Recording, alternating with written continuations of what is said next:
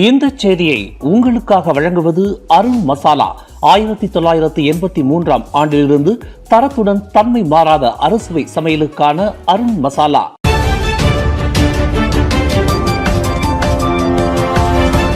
வணக்கம். திசைகளின் ஒரு மணி செய்திகள். மலேசியாவுக்கான ஏவுகணை ஏற்றுமதி உரிமம் ரத்து.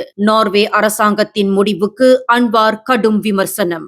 கடற்படை தாக்குதல் ஏவுகணையான NSM மற்றும் அதனுடன் தொடர்புடைய ஏவுகணை அமைப்புகளுக்கான ஏற்றுமதி உரிமத்தை ரத்து செய்த நார்வே அரசாங்கத்தின் முடிவை பிரதமர் டத்தோசரி அன்வார் இப்ராஹிம் கடுமையாக விமர்சித்துள்ளார். இந்த நடவடிக்கை ஏற்றுக்கொள்ள முடியாத ஒன்று என்றும் அவர் தெரிவித்துள்ளார். கடந்த 2018 ஆண்டு முதல் செய்யப்பட்ட ஒப்பந்தத்தின் கீழ் மலேசியா தனது அனைத்து பொறுப்புகளையும் நேர்மையாக நிறைவேற்றி வந்ததாக அன்வார் குறிப்பிட்டுள்ளார். எனினும் நார்வே அரசாங்கம் அதே மரியாதையையும் நம்பிக்கையையும் மலேசியாவுக்கு காட்ட வேண்டியது அவசியம் என்பதை உணரவில்லை என்றும் அன்வார் தெரிவித்துள்ளார். அதேவேளையில் கையெழுத்திடப்பட்ட ஒப்பந்தங்கள் என்பது மிக முக்கியமான மற்றும் பொறுப்புணர்வுள்ள ஆவணங்கள் என்றும் விருப்பப்படி தூக்கி எறியப்படும் காகித துண்டுகள் அல்ல என்றும் அன்வார் சாடியுள்ளார். ஐரோப்பிய பாதுகாப்பு உபகரண வழங்குநர்கள் எந்த பொறுப்பும் இன்றி ஒப்பந்தங்களை மீறுவதற்கு உரிமை கொண்டவர்களாக நடந்து கொண்டால் அவர்கள் மீது வைத்திருக்கும் உச்சிசார் கூட்டாளர்களின் நம்பிக்கை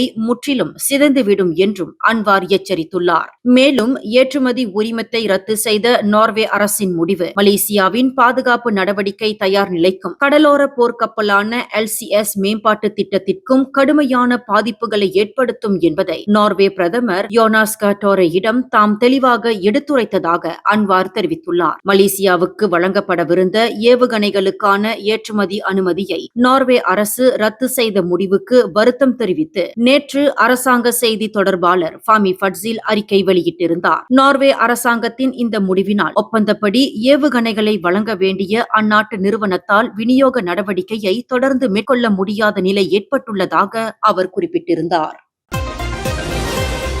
இங்கிலாந்தை சேர்ந்த ஹோல்டிங்ஸ் PLC நிறுவனத்துடன் தொடர்புடைய 1.1 பில்லியன் ரிங்கிட் முதலீட்டு விவகாரம் குறித்த விசாரணைக்கு உதவுவதற்காக பண்டான் நாடாளுமன்ற உறுப்பினர் டத்தோசரி ரஃபிசி ரம்லி இன்று SPRM தலைமையகத்தில் புதிய ஆதாரங்களை தாமாக முன்வந்து சமர்ப்பித்துள்ளார். இன்று காலை 9:50 மணியளவில் SPRM அலுவலகத்திற்கு வந்த ரஃபிசி புதிய ஆதாரங்கள் தொடர்பான விளக்க அறிக்கைகளையும் வழங்குவதாக ஊடகங்களிடம் தெரிவித்துள்ளார். மேலும் இந்த ஒப்பந்தம் தொடர்பாக முன்பு வெளியான ஊடக செய்திகள் உள்ளிட்ட ஆவணங்களும் சமர்ப்பிக்கப்படுவதாக அவர் குறிப்பிட்டுள்ளார். அதேவேளையில் விசாரணைக்கு உதவக்கூடிய மற்ற சாட்சிகள் இன்னும் அழைக்கப்படவில்லை என்றும் அவர் தெரிவித்துள்ளார். இந்த விவகாரம் தொடர்பாக ரஃபிசியிடம் கடந்த வாரம் தொடர்ந்து 4 நாட்களாக விசாரணை நடத்திய SPRM அதிகாரிகள் 131 பக்கங்களில் வாக்குமூலங்களை பதிவு செய்ததாக தெரிவித்தனர் என்பது குறிப்பிடத்தக்கது. பிரதமர் டத்தோசரி அன்வார் இப்ராஹிம் தலைமையிலான அரசாங்கம் நாட்டின் பொருளாதாரத்தை நிலைப்படுத்தியதுடன் முதலீட்டாளர்களிடையே மலேசியாவின் மதிப்பாய்வையும் உயர்த்தியுள்ளதாக முன்னாள் அம்னோ இளைஞர் பிரிவு தலைவரான கைரி ஜமாலுடின் தெரிவித்துள்ளார். ஆனால் இந்த பொருளாதார முன்னேற்றத்தின் பயன்களை சாதாரண மக்கள் இன்னும் முழுமையாக உணரவில்லை என்பதையும் அவர் சுட்டிக்காட்டியுள்ளார். மலேசியாவின் பொருளாதாரம் இந்த ஆண்டின் முதல் காலாண்டில் 5.3 விழுக்காடு வளர்ச்சியை பதிவு செய்து தாய்லாந்து மற்றும் சிங்கப்பூரை விட முன்னிலை பெற்றுள்ளது. அதேவேளையில் அமெரிக்க டாலருக்கு எதிராக ஆசியாவில் சிறப்பாக செயல்படும் நாணயமாக ரிங்கிட் மதிப்பிடப்பட்டு கடந்த 2 ஆண்டுகளாக தொடர்ந்து அதன் நிலையை தக்க வைத்து வருவதாகவும் கைரி குறிப்பிட்டுள்ளார். எனினும் நாட்டின் பொருளாதார வளர்ச்சி, GDP உயர்வு, வேலையின்மை குறைவு, ரிங்கிட் மதிப்பு உயர்வு போன்ற பெரிய பொருளாதார எண்ணிக்கைகளின் பயனை சாதாரண மக்கள் இன்னும் உணரவில்லை என்றும் கைரி தெரிவித்துள்ளார். சப்பாங் மாவட்ட போலீஸ் தலைமையகத்தில் நேற்று நடைபெற்ற அணிவகுப்பு பயிற்சியின் போது மயங்கி விழுந்த போலீஸ் அதிகாரி ஒருவர் உயிரிழந்தார். 36 வயதான கைரில் இட்ஸஹருட்சி என்ற அந்த அதிகாரி டத்தோ அபுபக்கர் பகிண்டா போலீஸ் நிலையத்தில் பணியாற்றி வந்ததாக தகவல்கள் கூறுகின்றன. இந்நிலையில் நேற்று அணிவகுப்பு பயிற்சியின் போது திடீரென மயங்கி விழுந்த அவரை பரிசோதித்த மருத்துவ அதிகாரி அவர் உயிரிழந்ததை உறுதிப்படுத்தினர். கைரீலின் உயிரிழப்பிற்கான காரணம் இதுவரை உறுதிப்படுத்தப்படவில்லை. இதனிடையே ஸ்லாங்கூர் மாநில போலீஸ் தலைவர் ஷசேலி கஹார் மற்றும் அவரது மனைவி கைரில் குடும்பத்தினருக்கு தமது ஆழ்ந்த இரங்கலை தெரிவித்துள்ளனர்.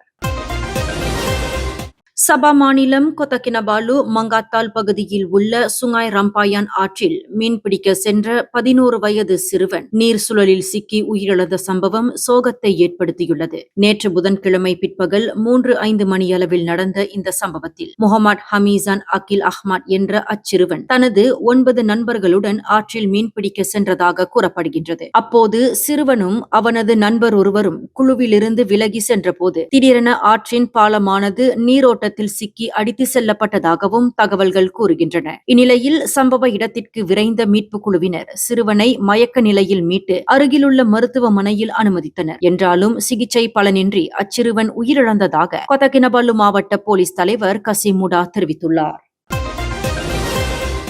சபா மாநிலம் கொத்தகினபாலு பகுதியில் உள்ள ஜலான்காயா பகுதியில் செயல்பட்டு வந்த பழமையான பொருட்கள் விற்பனை கடையில் போலீசார் நடத்திய அதிரடி சோதனையில் 5.3 மில்லியன் ரிங்கெட்டுக்கும் அதிக மதிப்புள்ள பாதுகாக்கப்பட்ட வனவிலங்கு பாகங்கள் பறிமுதல் செய்யப்பட்டுள்ளன. இந்த சோதனை நேற்று காலை 9:45 மணியளவில் நடைபெற்றதாக புக்கிட் அமான் உள்நாட்டு பாதுகாப்பு மற்றும் பொது ஒழுங்கு துறையின் வனவிலங்கு குற்றப்பிரிவு தளபதி ஜக்கி அசார் தெரிவித்துள்ளார். மேலும் இச்சோதனையின் போது கடையின் 53 வயதான உரிமையாளர் கைது செய்யப்பட்டுள்ளார். இந்த பறிமுதல் நடவடிக்கையின் போது காட்டுப்பன்றிகளின் 16 தந்தங்கள், 9 புலிகளின் பற்கள், 10 கரடிகளின் பற்கள், 13 பேசோர் கற்கள் மற்றும் 2.243 கிலோ எடையுள்ள 394 குருவிக்கூடுகள் பறிமுதல் என சந்தேகத்திற்கிடமான பல பொருட்கள் பறிமுதல் செய்யப்பட்டதாக தெரிவிக்கப்பட்டுள்ளது.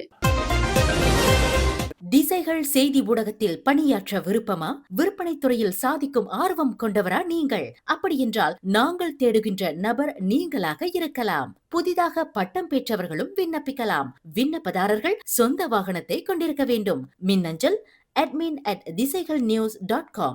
தொடர்பு எண்கள் 0361811414 அல்லது 0123516515. லங்காவி மற்றும் கில்லான் பள்ளத்தாக்கு பகுதிகளில் போதைப்பொருள் கடத்தலை ஒழிக்கும் வகையில் நடத்தப்பட்ட மிகப்பெரிய அளவிலான சிறப்பு நடவடிக்கையில் 14.1 மில்லியன் ரிங்கிட் மதிப்பிலான போதைப் பொருட்கள் பறிமுதல் செய்யப்பட்டுள்ளதாக புக்கிட் அமான் போதைப்பொருள் குற்றப்பிரிவு இயக்குநர் டாக்டர் ஹுசைன் ஒமார் கான் தெரிவித்துள்ளார். கடந்த ஏப்ரல் 10ஆம் தேதி தொடங்கி 5 நாட்கள் மேற்கொள்ளப்பட்ட இந்த சோதனை நடவடிக்கையின் போது பல்வேறு இடங்களில் மொத்தம் 231 சோதனைகள் நடத்தப்பட்டதாகவும் அவர் குறிப்பிட்டுள்ளார். மேலும் இந்த நடவடிக்கையில் போதைப் பொருள் குற்றச்சாட்டுகளின் கீழ் 191 பேர் கைது செய்யப்பட்டுள்ளனர். அவர்களிடம் இருந்து சுமார் 180 கிலோ போதைப் பொருட்கள் பறிமுதல் செய்யப்பட்டுள்ளதாகவும் அவற்றின் மதிப்பு சுமார் 14.1 மில்லியன் ரிங்கெட் என்றும் மதிப்பிடப்பட்டுள்ளது. இந்த செய்தியை உங்களுக்காக வழங்கியது அருண் மசாலா. 1983ஆம் ஆண்டிலிருந்து தரத்துடன் தன்மை மாறாத அறுசுவை சமையலுக்கு அருண் மசாலா. மேலும் செய்திகளை தெரிந்து கொள்ள கீழே இருக்கும் பெல் பட்டனை அழுத்துங்கள். உங்கள் மகிழ்ச்சியை வெளிப்படுத்த லைக் மற்றும் ஷேர் செய்யுங்கள். தொடர்ந்து திசைகளோடு இணைந்திருக்க சப்ஸ்கிரைப் செய்யுங்கள்.